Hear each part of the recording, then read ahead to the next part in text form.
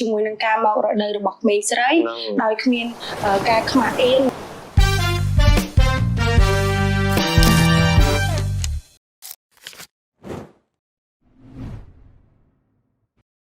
សូមជម្រាបសួរសូមស្វាគមន៍មកកាន់ Let's Say It Loud Podcast ជា podcast មួយដែលយើងចង់ផ្ដល់ឱកាសឲ្យយុវវ័យរបស់យើងអាចចែករំលែកចំណេះដឹងក៏ដូចជាផ្នែកគំនិតផ្ទាល់ខ្លួនទាក់ទងនឹងសុខភាពផ្លូវចិត្តសុខភាពបន្តពូជនិងសិទ្ធិនៅក្នុងចំណោមយុវវ័យរបស់យើង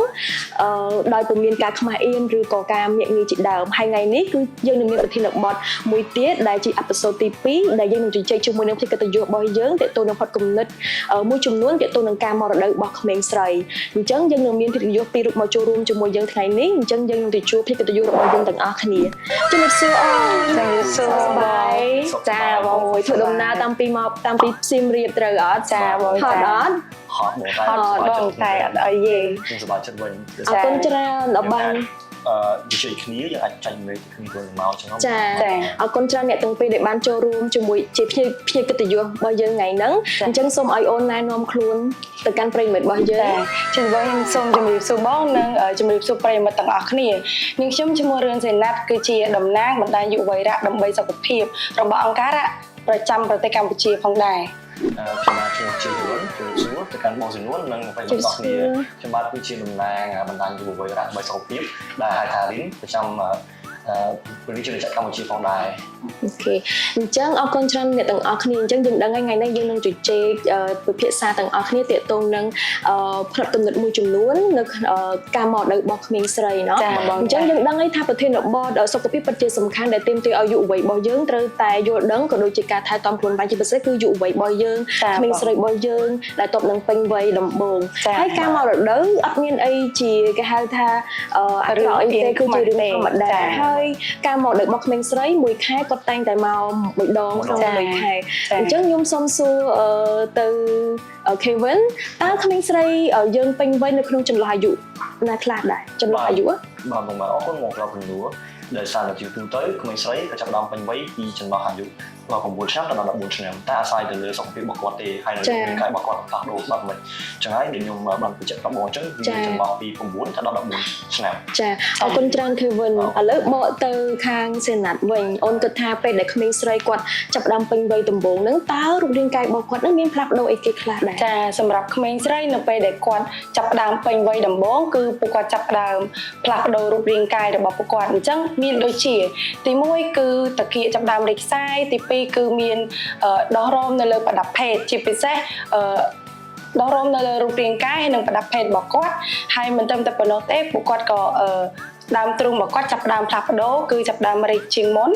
ហើយពួកគាត់អាចមានឡើងមុននៅលើមុខហើយនិងលើខ្នងលើដងខ្លួនរបស់ពួកគាត់ផងដែរហើយជាពិសេសគឺក្មេងស្រីនៅពេលដែលគាត់ពេញវ័យហ្នឹងគឺពួកគាត់មានឈាមរដូវចាអរគុណច្រើនដែលបានចែករំលែកអញ្ចឹងសូមសំណួរបន្តទៅកាន់ណាតតាមលងពេលដែលក្មេងស្រីគាត់មកគាត់ពេញវ័យហើយគាត់លងពេលគាត់មករដូវតើយើងគួរតែមានអនាម័យអីគេខ្លះដែរចាអរគុណច្រើនបងសម្រាប់សំណួរម្ដងទៀតអញ្ចឹងក្នុងកំឡុងពេលដែលក្មេងស្រីមករដូវក្មេងស្រីគួរណាតែផ្លាស់ប្ដូរសម្លេងអនាម័យរបស់គាត់ហ្នឹងគឺពី3ទៅ4ម៉ោងម្ដងនៅពេលដែលគាត់ផ្លាស់ប្ដូរសម្លេងអនាម័យហ្នឹងហើយជាពិសេសគាត់គួរណាតែសម្អាតរូបរាងកាយរបស់គាត់ឲ្យបានស្អាតជាប្រចាំមិនត្រឹមតែប៉ុណ្ណោះឯងគាត់គួរណាតែសម្អាតប្រដាប់ភេទរបស់គាត់ឲ្យបានស្អាតដោយការសម្អាតរបស់គាត់ហ្នឹងគឺគួរណាតែសម្អាតពីខាងមុខទៅខាងក្រោយហើយគួរណាតែ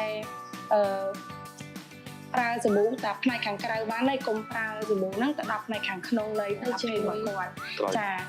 ជាពិសេសណាគាត់គួរណាតែសម្អាតសម្លៀកបំពាក់ខាងក្នុងរបស់គាត់ឲ្យបានស្អាតជាមួយនឹងទឹកស្អាតជាមួយនឹងសាប៊ូហើយ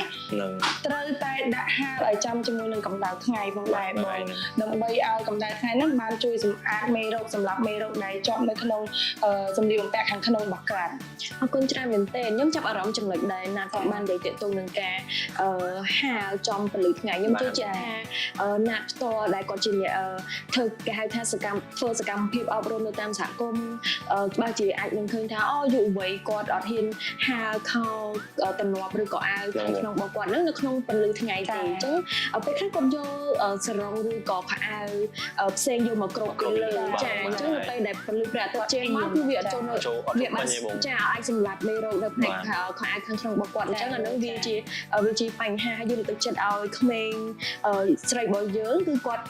ក៏មានភាពខ្មាស់អៀនអីយើងគួរតែ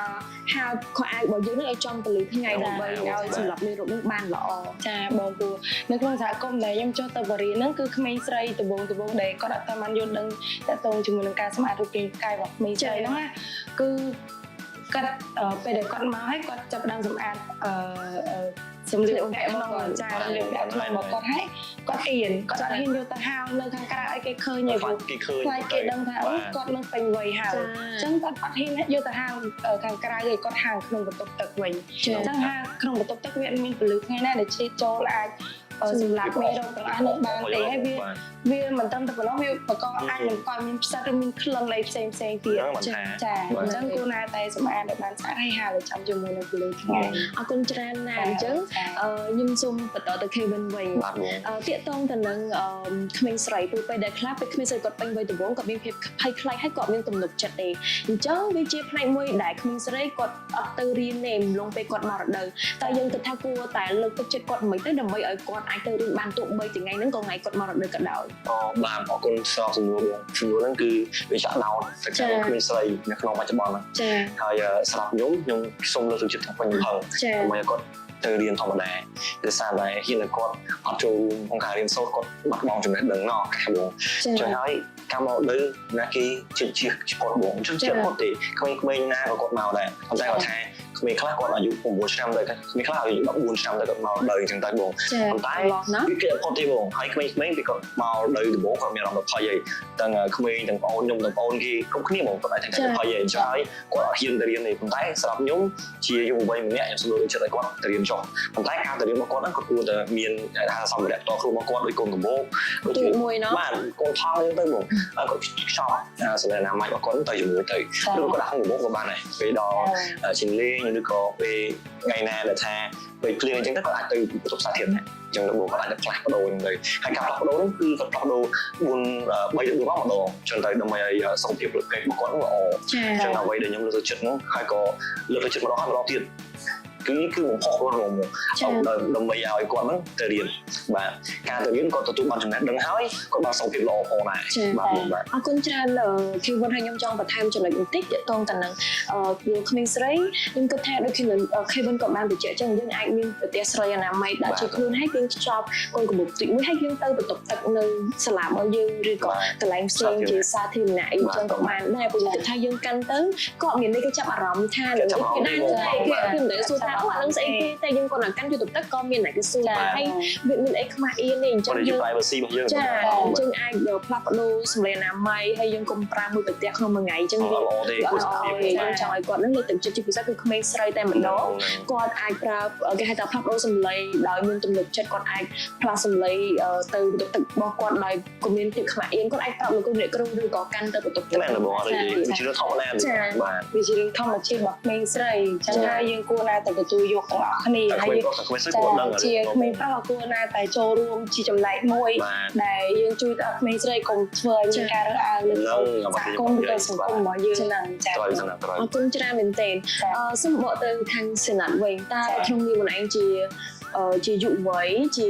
យុវវ័យដែលធ្វើការសកម្មទាក់ទងនឹងសុខភាពផ្លូវប្រសិទ្ធភាពបន្តពូជដែលស្ថិតនៅក្នុងសហគមន៍ហើយយើងបានឃើញពីបញ្ហាច្រើននៅក្នុងយុវវ័យរបស់យើងនឹងប្រឈមក្នុងនោះក៏មានបញ្ហាអនាម័យនិងការមករបស់គ្នាស្រីដែរតែយើងគិតថាយើងគួរតែមានសារអប់រំគេខ្លះដើម្បីលើកទឹកចិត្តឲ្យយុវវ័យរបស់យើងជាពិសេសយុវវ័យដែលកំពុងតែតាមដាន podcast របស់យើងហ្នឹងឲ្យគាត់គេថាសារអីដែលអូនឯងគិតថាគួរជាពួកគាត់ដើម្បីគាត់អាចយកទៅចេះដឹងហើយអនុវត្តខ្លួនឯងបានល្អសម្រាប់នាងខ្ញុំផ្ទាល់នាងខ្ញុំមានសារមួយផ្ដាំទៅកាន់យុវវ័យទាំងអស់គ្នាក្មេងប្រុសក្មេងស្រីគួរយល់ដឹងតាក់ទងជាមួយនឹងការមករដូវរបស់ក្មេងស្រីដោយគ្មានការខ្មាស់អៀននិង គ្មានការរើសអើងផងដែរអាហ្នឹងគឺជាសារដែលខ្ញុំចង់ផ្ដល់ទៅកាន់ទាំងក្មេងប្រុសទាំងក្មេងស្រីឲ្យគាត់បានទទួលបានសារហ្នឹងហើយយកទៅអនុវត្តទាំងអស់គ្នាចាអរគុណច្រើនណាស់ចាអរគុណច្រើនបងអូខេសូមតែ Kevin ម្ដងខ្ញុំក៏ចង់ផ្ដល់ផ្ញើសារទៅកាន់ទស្សនិកជនដែលកំពុងតែមើលនៅវីដេអូនេះ podcast នេះផងដែរដោយយើងលើកកម្ពស់ទៅលើវិស័យ gender និងលុបបំបាត់ភាពរើសអើងនៅក្នុងប្រទេសជាតិកម្ពុជានេះគឺជាសាររបស់ខ្ញុំដែលខ្ញុំចង់ជូនទៅកាន់ទស្សនិកជនចាអរគុណច្រើនណាស់នឹង Kevin មែនទែនដែលចូលរួមនៅក្នុងកម្មវិធី podcast របស់យើងក្នុង episode ទី2ហ្នឹងខ្ញុំសង្ឃឹមថាការចែករំលែកពីណាត់ក៏ដូចជា Kevin ដែលគាត់ជាអ្នកអនុវត្តសកម្មភាពទាក់ទងនឹងសុខភាពផ្លូវភេទសុខភាពបន្តពូជនិងសិទ្ធិដែលយើង